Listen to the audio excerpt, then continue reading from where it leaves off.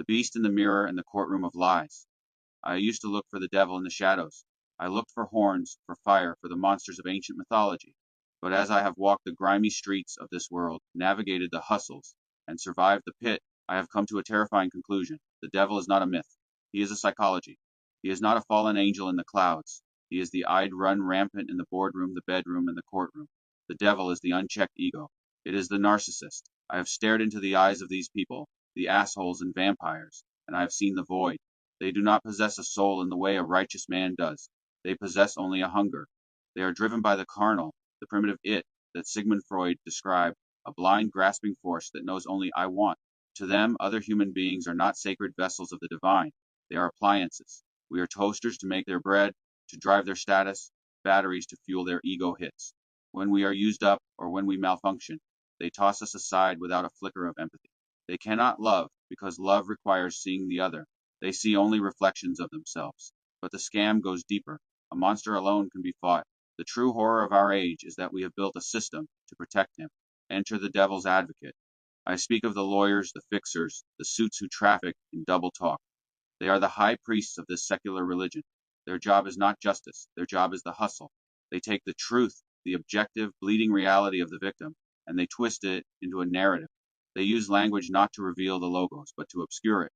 They are the architects of the 1984 reality where abuse becomes discipline and theft becomes business. They stand in the courtrooms of man, which are far removed from the divine law, and they play dumb as a fox. They silence the inner scream of the innocent with procedural violence. They turn the marginalized and the downtrodden into the accused, flipping the script so the predator becomes the victim. This is the ultimate gaslight. It is the problem reaction solution model applied to the human soul. Immanuel Kant taught that the supreme moral evil is to treat a person as a means to an end. The narcissist and his advocate have built an entire civilization on this evil. They use the unfortunate as scapegoats to put themselves and their cronies in the front of the line of corporatism. They feed on the body count of the poor to fuel their mansion dreams. But here is the secret they do not know, the philosophical truth that keeps me standing on my ground of stone. They are already in hell.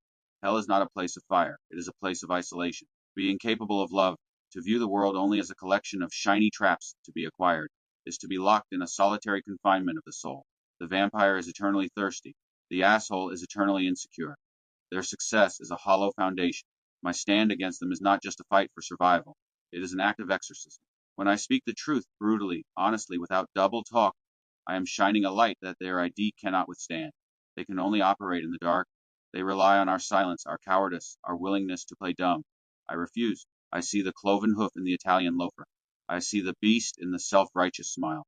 And by naming it, by refusing to be an appliance, I reclaim my humanity. I leave them to their courtroom of lies, while I walk free in the blaze of glory that is the simple, unadulterated truth.